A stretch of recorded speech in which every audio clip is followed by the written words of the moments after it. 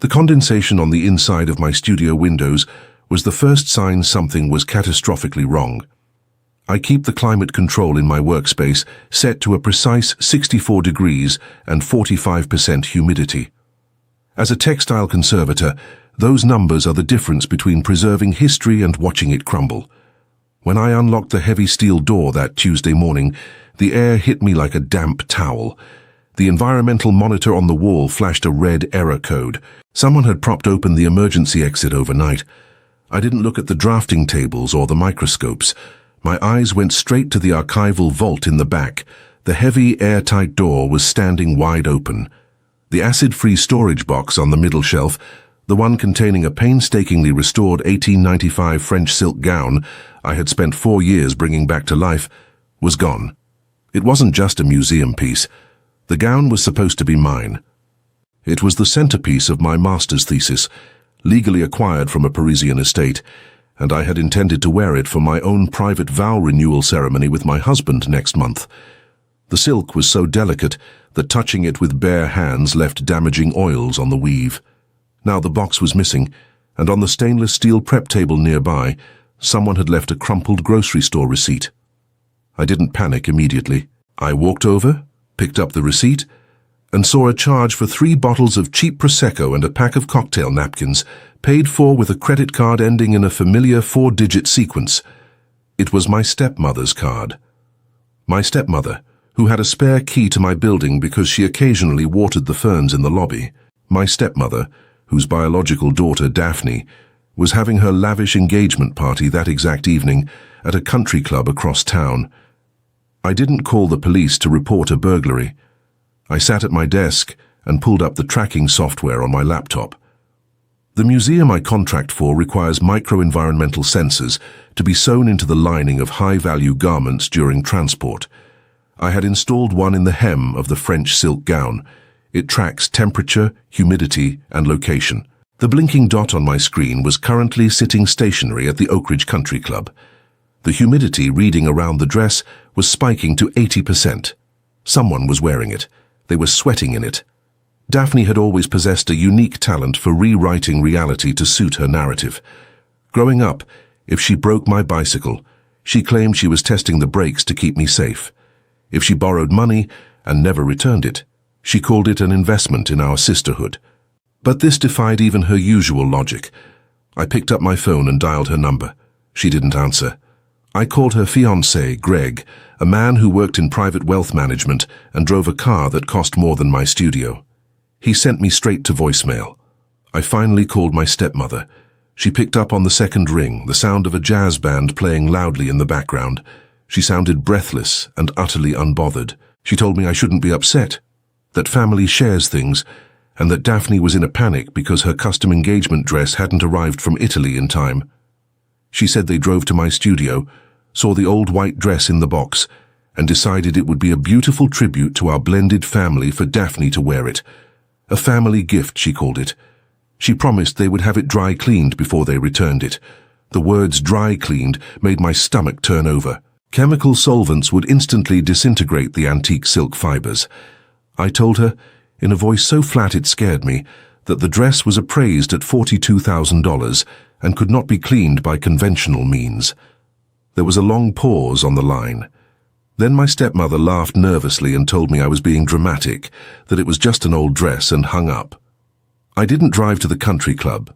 I knew Daphne. If I showed up and caused a scene, she would twist it into a story of my jealousy. She would cry, Greg would escort me out, and I would be the villain who ruined her special night. More importantly, dragging her out of the dress would cause physical tearing to the fabric. I had to wait until she took it off. I stayed in my studio watching the sensor data on my screen. Around midnight, the temperature reading on the sensor suddenly dropped, and the humidity spiked off the charts. It was a reading consistent with the garment being soaked in liquid. Then, the location tracker moved rapidly away from the country club, arriving at Greg and Daphne's townhouse. It stayed there. The next morning, I didn't go to their house alone. I called Arthur Pendleton, the senior insurance adjuster for the fine arts syndicate that underwrote my studio's collection. I explained the situation calmly, providing the appraisal documents, the chain of custody, and the live sensor data. Arthur is a man who speaks entirely in the language of liability. When I told him the current location of the asset and the environmental readings indicating severe liquid exposure, he didn't view it as a family dispute. He viewed it as a 5-figure loss. He initiated a formal recovery protocol, which involved contacting the local precinct to secure a civil standby, ensuring the asset could be retrieved without violence or destruction of evidence. At 9 in the morning, Arthur and I pulled up to Greg and Daphne's townhouse. 2 police cruisers were already parked out front, the officers waiting on the sidewalk as requested by the insurance syndicate. We walked up the manicured stone path. I rang the bell. Daphne answered the door wearing a silk robe, a cup of coffee in her hand. Her face fell when she saw me, then hardened into a mask of irritation when she noticed Arthur and the 2 uniformed officers standing behind us. She immediately started talking, her voice rising an octave, claiming I was harassing her over a harmless misunderstanding. I didn't say a word. I let Arthur step forward. He handed her a laminated card and informed her that he was there to execute a recovery of insured property. Greg appeared at the top of the stairs, looking pale and disheveled. He hurried down, demanding to know what was going on. Arthur bypassed Daphne entirely and looked at Greg. He stated the exact make, origin, and insured value of the garment and demanded its immediate return to prevent further liability charges. Greg looked at Daphne, then back at Arthur. He ran a hand through his hair and said there had been an accident. He claimed a waiter at the country club had tripped and spilled an entire tray of red wine on Daphne. He said the dress was ruined, completely unsalvageable, and that they had thrown it in the dumpster behind the club because it smelled sour. Daphne nodded vigorously, playing the victim. She said it was a tragedy, but it was just an accident, and I shouldn't have left such a fragile thing lying around if it was so valuable. She offered to write me a check for $1,000 to cover the inconvenience, but I was looking at my phone. The tracking sensor showed the dress was exactly 15 feet away, inside their house, likely in the garage. I showed the screen to Arthur. Arthur looked at the officers. The officers informed Greg that lying to an insurance investigator regarding the whereabouts of a heavily insured asset during an active recovery was a criminal offense. They asked if he wanted to revise his statement about the dumpster. The color drained completely from Greg's face. He didn't look at Daphne. He turned around, walked down the short hallway to the attached garage, and opened the door. We followed him inside. There, stuffed into a black plastic trash bag on the concrete floor, was the 1895 silk gown. I put on a pair of nitrile gloves I had brought with me, knelt on the concrete, and carefully pulled the fabric from the bag. The stench of cheap red wine was overpowering. The front bodice and the delicate lace train were heavily stained, but as I examined the edges of the stain, something didn't make sense. The splatter pattern wasn't consistent with a dropped tray. A dropped tray causes a starburst pattern spraying outward. This stain was concentrated, poured directly downward into the lap and chest, soaking through the layers. I looked at the seams. They were strained but intact. Daphne hadn't torn it. I looked up at Greg. He was sweating. Arthur stepped closer, snapping photos of the dress in the garage with his tablet. He asked Greg for the name of the waiter who spilled the wine. Greg stammered, saying he didn't catch the name in the chaos. I pulled out my laptop, which was still connected to the sensor data. I showed Arthur the timeline. The liquid exposure happened at 11:45 at night. The party had ended at 11. The guests had gone home. The tracking data showed Daphne and Greg were alone in a private suite at the club when the humidity spiked. There was no waiter. Arthur's eyes narrowed. He was a professional skeptic, and the puzzle pieces were rearranging themselves in his mind. He looked at Greg and asked a very specific question. He asked if Greg had recently taken out any short-term insurance riders for the event. Greg physically took a step back, hitting the side of his expensive car. Daphne looked confused, demanding to know what Arthur was talking about. It took 3 days for the full truth to unravel, driven not by my anger, but by Arthur's relentless investigation into Greg's finances. Greg was a wealth manager, but his own wealth was an illusion built on leveraged debt. The country club wedding they were planning was going to cost over $100,000, money he didn't actually have. A week before the engagement party, Greg had secretly added a high-value personal property rider to his homeowner's insurance. He had listed a 19th-century French silk heirloom gown, valuing it at $50,000. He had found the appraisal documents in Daphne's purse after she had snooped through my mail weeks earlier. Greg's plan hadn't been to let Daphne wear the dress to feel special. He had encouraged her to take it, knowing its value. He waited until the party was over, and they were alone in the suite. Then he intentionally poured a bottle of wine over her lap. He ruined the dress on purpose to file a total loss claim with his insurance company, hoping to use the payout to cover the deposits for their wedding venue. He threw it in the trash bag to hide it from me until his own claim cleared. He didn't realize the dress was already insured by a commercial syndicate, or that it contained a tracking device that logged the exact minute the liquid hit the fabric. When Arthur's syndicate contacted Greg's insurance provider, the overlapping claims triggered an immediate fraud alert. The officers at the door that morning hadn't been there to arrest Daphne for stealing a dress. They were there to facilitate a civil recovery. But the evidence discovered during that recovery launched a criminal investigation into Greg for insurance fraud and attempted grand larceny. Daphne's engagement ended not with a dramatic screaming match, but in a quiet, sterile room with lawyers. Greg's firm fired him when the fraud investigation became public. My stepmother tried to blame me, claiming I had set a trap for them by leaving a valuable item where they could find it. I didn't argue with her. I simply forwarded her the bill for the forensic textile restoration, which Arthur's syndicate legally subrogated to her credit card, as she was the one who had provided unauthorized access to my studio. I spent the next 6 months in the laboratory. I used mild enzymatic baths to break down the tannins in the wine, working inch by inch under a microscope. I couldn't save the front lace panel. The acidity had eaten through the delicate threads. Instead of trying to hide the damage with modern fabric, I replaced the ruined section with a piece of dark, contrasting velvet, turning the scar into a part of the garment's history. When my husband and I renewed our vows in a small garden ceremony, I wore the dress. It was no longer pristine. It was heavy with the memory of what it had survived, but as I walked across the grass, the silk whispered around my ankles, entirely mine, repaired, and stronger at the seams. The silence in the garage after the dress was pulled from the trash bag was heavy, broken only by the sharp clicks of Arthur's tablet camera. The two officers exchanged a brief, knowing look. They didn't slap handcuffs on Greg right then and there. White-collar crime, especially insurance fraud intertwined with a civil dispute, moves at a bureaucratic pace rather than a dramatic one. They took our statements, meticulously noting the discrepancy between Greg's story of the clumsy waiter and the digital evidence from the environmental sensor.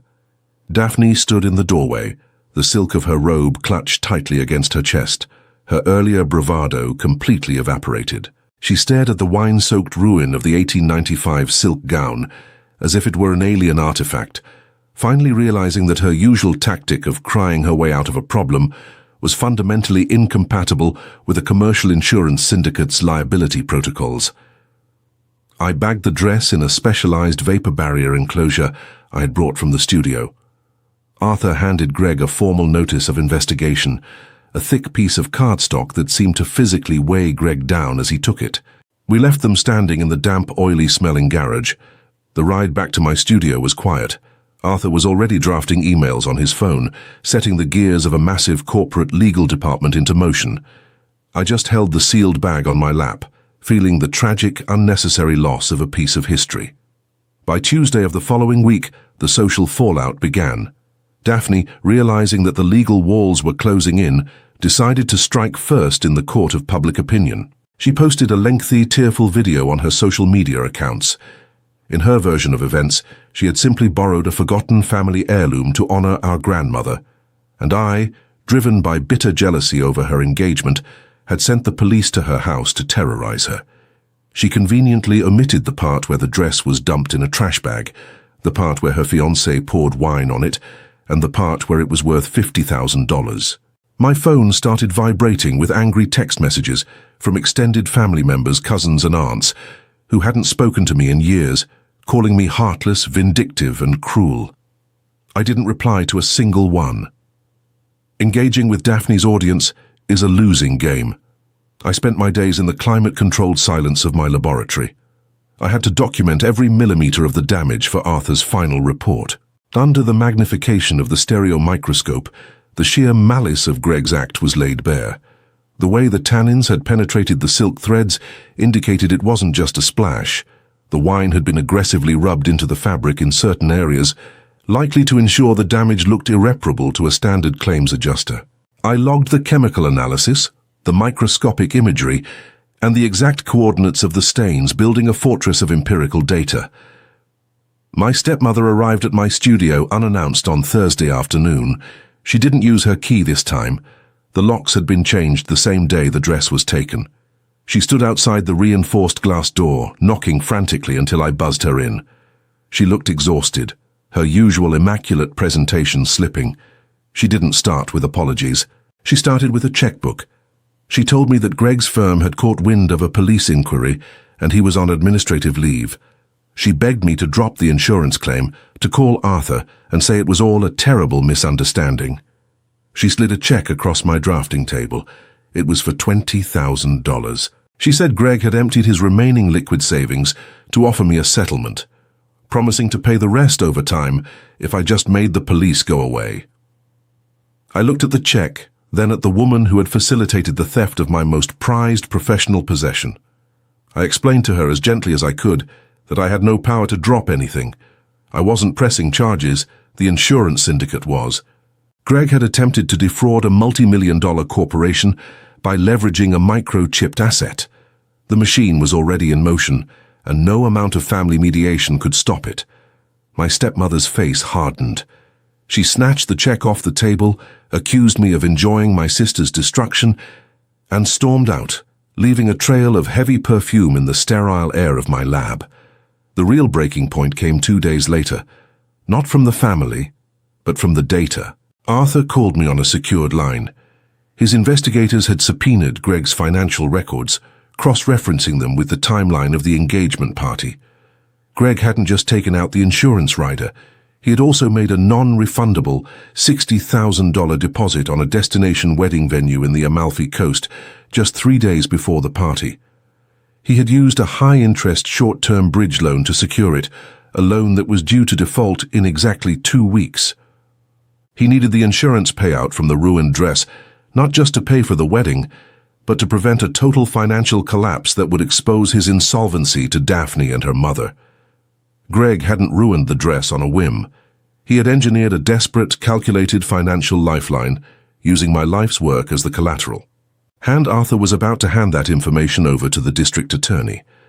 When the district attorney officially filed charges against Greg for felony insurance fraud and attempted grand larceny, the social media campaign against me went dead silent. The authorities didn't need my testimony to build their case. They had Arthur's meticulous documentation, the overlapping commercial and personal insurance claims, and the undeniable digital footprint of Greg's financial ruin. The luxury Amalfi Coast venue, notified that the high-interest bridge loan had defaulted, cancelled the reservation and kept the non-refundable deposit.